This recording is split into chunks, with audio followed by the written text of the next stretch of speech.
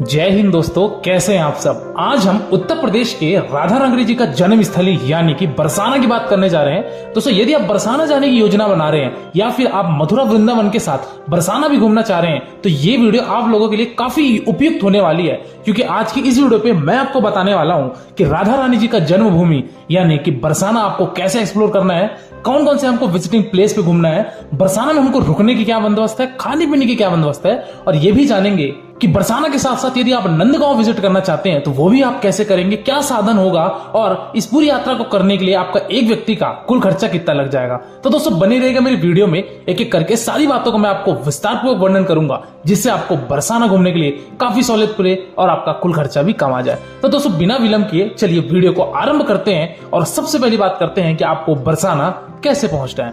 दोस्तों बरसाना पहुंचने के लिए आपके पास दो मेजर ऑप्शन है। पहले ऑप्शन की अगर मैं बात करूं तो दोस्तों वो है आपका बाई ट्रेन। दोस्तों यदि आप बाई ट्रेन आना चाहते हैं तो जो नजदीकी रेलवे स्टेशन है बरसाना का वो है दोस्तों आपका कोसीकलन रेलवे स्टेशन। लेकिन कोसीकलन रेलवे स्टेशन में ज्यादा मेजर ट्रेनों का स्टॉपेज नहीं होने के कारण आप आ सकते हैं मथुरा जंक्शन, जो कि बरसाना से आपकी लगभग 50 किलोमीटर की दूरी पर स्थित है हमारा मथुरा जंक्शन। तो दोस्तों आप मथुरा जंक्शन उतरिए और मथुरा जंक्शन उतरने के पश्चात आपको स्टेशन के बाहर से ई रिक्शा मिलेगा। ई रिक्शा से आप वहां पे 1 किलोमीटर पे बना हुआ है मथुरा का बस स्टैंड, वहां बस स्टैंड आइए और बस स्टैंड से आपको डायरेक्ट बस मिलेगी बरसाना के लिए, यानी कि मथुरा से आपको डायरेक्ट बस मिलेगी आपको बरसाना के लिए, और आप बरसाना के पहुंचेंगे बस स्टैंड, और बस स्टैंड पहुंच के आप अपनी चीजें एक्सप्लोर कर सकते हैं। वही अगर आप मथुरा वृंदावन घूम रहे हैं या वृंदावन से बरसाना आना चाहते हैं तो यहाँ पे आपको Uttar Pradesh road transport corporation की एसी बस भी मिलेगी, जो कि आपको वृंदावन से डायरेक्ट आपको बरसाना ड्रॉप करेगी, और उसका किराया होता है लगभग आपका 70 रुपए पर पर्सन। तो दोस्तों ये भी आप ऑप्शन चुन सकते हैं यदि आप वृंदावन घूमने के बाद आप बरसाना जाना चाहते हैं।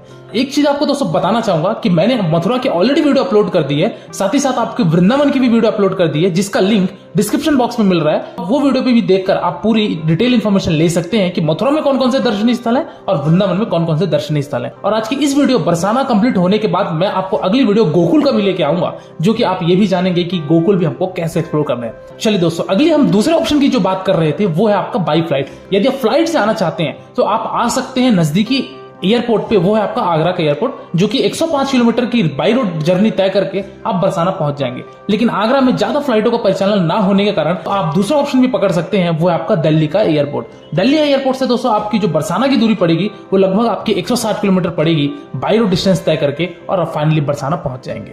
तो चलिए दोस्तों बात करते हैं कि हम बरसाना पहुंच चुके हैं या फिर हम बरसाना के बस स्टैंड पहुंच चुके हैं, अब हमको दर्शन करने के लिए हमको कैसे जाना है। बरसाना दोस्तों फेमस है हमारे राधा रानी जी का जन्मभूमि, राधा रानी जी के माता पिता का घर, और वहां पे जगत गुरु कृपाली महाराज के द्वारा बनाया गया राधा जी के माता जी यानी कि कीर्ति मंदिर भी वहां पे निर्माण किया गया है। तो वो मंदिर में भी जाके हम विजिट करेंगे और इसके पश्चात हम नंदगांव विजिट करेंगे। तो दोस्तों बरसाना बस स्टैंड से आपको लगभग 1 किलोमीटर की दूरी पे स्थित है हमारा राधा रानी जी का मंदिर, जो कि काफी ऊंचाइयों पे बना हुआ है। तो बस स्टैंड से दोस्तों आपको ई रिक्शा मिलेगी। ई रिक्शा वाला दोस्तों आपको राधा रानी जी का जहां से हमको सीढ़ियां मिलेगी, क्योंकि आपको लगभग 250 सीढ़ी चढ़ के ऊपर जाना पड़ेगा, तो वहां पे उतारेगा और 10 रुपए वो चार्ज लेने के बाद आपको राधे राधे कहते हुए आपको सीढ़ी चढ़ना शुरू करना है। सीढ़ी दोस्तों आपको लगभग 250 सीढ़ी चढ़नी पड़ेगी, और 250 सीढ़ी चढ़ने के बाद काफी ऊंचाइयों पे आप पहुंचेंगे और वहां पे हमारे लाडली जी का मंदिर यानी कि माता श्री राधा रानी जी का यहाँ पे जन्मभूमि यहाँ पे बनाया गया है। तो दोस्तों आप मंदिर में विजिट कीजिए। यहाँ पे हमारे सामने आप देख सकते हैं राधा रानी जी का स्टैचू है। राधे राधे कहते हुए आप लाडली जी के दर्शन कीजिए, मत्थे टेकिए, अपनी मनोकामनाएं मांगिए, और मंदिर के सामने ही यहाँ पे बहुत बड़ा सा प्रांगण है,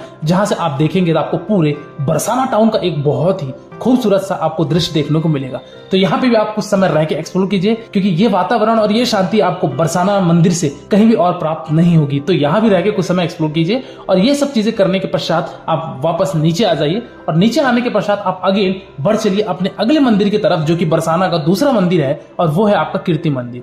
दोस्तों राधा रानी जी के मंदिर से आपका बरसाना का जो कीर्ति मंदिर है उसकी दूरी लगभग आपकी 2 से 2.5 किलोमीटर की पड़ेगी। तो इस कीर्ति मंदिर पे भी जाइए। ये कीर्ति मंदिर दोस्तों हालांकि श्री जगत गुरु कृपाली जी महाराज के संस्था के द्वारा बनवाया गया है। तो यहाँ पे भी आप आइए। सबसे पहले यहाँ पे आपको मिलेगा निःशुल्क जूता काउंटर, तो यहाँ पे आप अपने स्लीपर फुटवेयर जो भी है यहाँ जमा करा दीजिए। एक टोकन आपको दिया जाएगा, वो टोकन प्राप्त करके आप मंदिर में प्रवेश कीजिए। मंदिर का प्रांगण बहुत ज्यादा बड़ा है और मंदिर की खूबसूरती इतनी शानदार है कि आप प्रवेश करने से अपने आप को रोक नहीं पाएंगे। तो चलिए दोस्तों हम बढ़ते हैं मंदिर के अंदर। यहाँ पे आपको दोस्तों राधा रानी जी का मंदिर देखने को मिलेगा, कृष्ण जी का मंदिर देखने को मिलेगा, और साथ ही साथ यहाँ पे माता श्री कीर्ति जी का भी यहाँ पे मंदिर बनाया गया है, और उनके पिताजी का भी मंदिर बनाया गया है। तो दोस्तों यहाँ पे आप विजिट कीजिए और इन सभी चीजों को घूम के पूरे प्रांगण में आप परिक्रमा लगाइए, और आपका एक और अगला स्पॉट आता है जो कि यहाँ पे श्री राधा रानी जी का जन्मभूमि। दोस्तों जहाँ पे आप लाडली जी का मंदिर गए थे वहीं पे नीचे सीढ़ी स्टार्ट होने से पहले थोड़ी सी दूर में आपका यहाँ पे ये बना हुआ है श्री राधा रानी जी का जन्मभूमि। यहाँ पे दोस्तों आप जैसे विजिट करेंगे तो यहाँ पे भी आपको उनके माता पिता और हमारे राधा रानी जी का यहाँ पे स्टैचू देखने को मिलेगा भी, तो उनके आप दर्शन करके आप बढ़ चलिए अगले गंतव्य की तरफ जो कि बरसाना से लगभग 9 किलोमीटर की दूरी पे स्थित है नंदगांव। दोस्तों नंदगांव वो स्थान है जहां पे श्री कृष्ण जी गोकुल के पश्चात इसी नंदगांव में उन्होंने व्यापन किया था। तो दोस्तों नंदगांव आपका बरसाना से लगभग 9 किलोमीटर की दूरी पर स्थित है।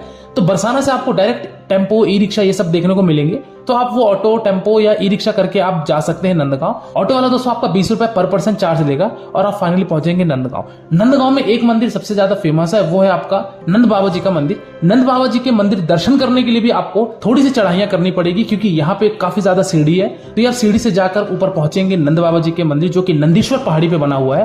तो यहाँ जाके आप नंद बाबा जी के भी दर्शन कीजिए और नंद बाबा जी के दर्शन करने के पश्चात यहाँ पे एक नंदीश्वर महादेव जी का भी मंदिर है, उनको भी आप दर्शन करके आप वापस अपनी प्रस्थान बना सकते हैं। कुल मिलाकर ये कहना चाहिए कि बरसाना और नंदगांव विजिट करने के लिए एक दिन पर्याप्त है। यदि आप वन डे ट्रिप बनाते हैं सेम डे जाकर शाम तक वापस आ सकते हैं। वही बात की जाए दोस्तों, जैसा कि मैंने आपको पिछली वीडियो में भी बताया था मथुरा और वृंदावन के में कि यहाँ पे 12 से 4 मंदिर का क्लोजिंग टाइम होता है। चाहे आप किसी भी जगह चले जाइए 12 बजे से लेकर 4 बजे तक यहाँ पे मंदिर बंद होते हैं और उसके पश्चात आपका मंदिर खुला रहता है। तो दोस्तों इस चीज का आप ध्यान रखिए और आप नंदगांव और बरसाना इस तरीके से घूम सकते हैं। वही बात की जाए दोस्तों कि हमको होटल एकोमोडेशन क्या मिलेगा और हमको खाने पीने के क्या ऑप्शन मिलेंगे अगर हम बरसाना में स्टे लेना चाहें तो दोस्तों यदि आप स्टे लेना चाहते हैं तो बरसाना टाउन में आपको बजट होटल्स देखने को मिल जाएंगे। ज्यादा लग्जरी होटल तो आपको देखने को नहीं मिलेगा, लेकिन बजट होटल्स मिल जाएंगे जिसका किराया आपका 700-800 रुपए में होगा एक दिन का।